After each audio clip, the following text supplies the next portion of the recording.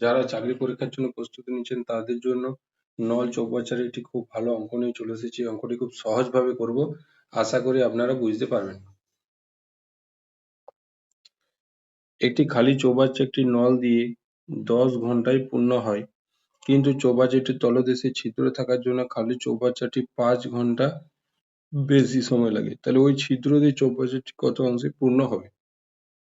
তাহলে এখানে আমি করব, এক নল দিয়ে 10 ঘন্টায় পূর্ণ হয় এবং ওই নল দিয়ে তলে একটি ছিদ্র থাকার জন্য 5 ঘন্টা সময় বেশি লাগে, মানে 15 ঘন্টা সময় লাগে।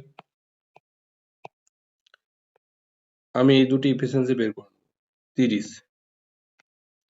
30 ইউনিট হচ্ছে সম্পূর্ণ জল যদি আমি ধরে নিই, তাহলে দ্বিতীয় নলটির এফিসিয়েন্সি হবে 2 আর এর এফিসিয়েন্সি হবে 3।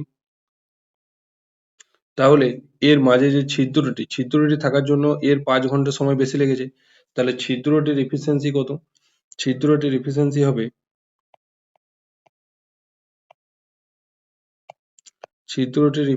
হবে 1। তাহলে ছিদ্রটির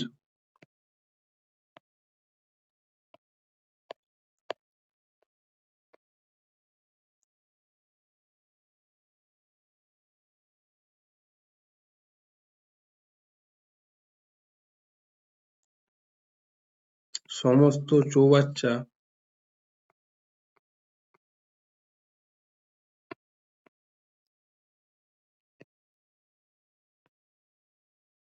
পূর্ণ করতে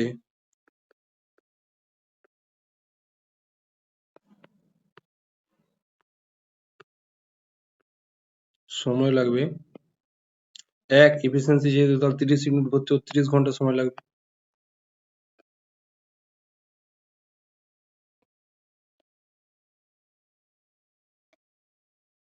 এখানে আমরা ডি উত্তরটি সঠিক হয়েছে। যদি অঙ্কটি ভালো লেগে থাকে তাহলে পেজটিকে ফলো করুন।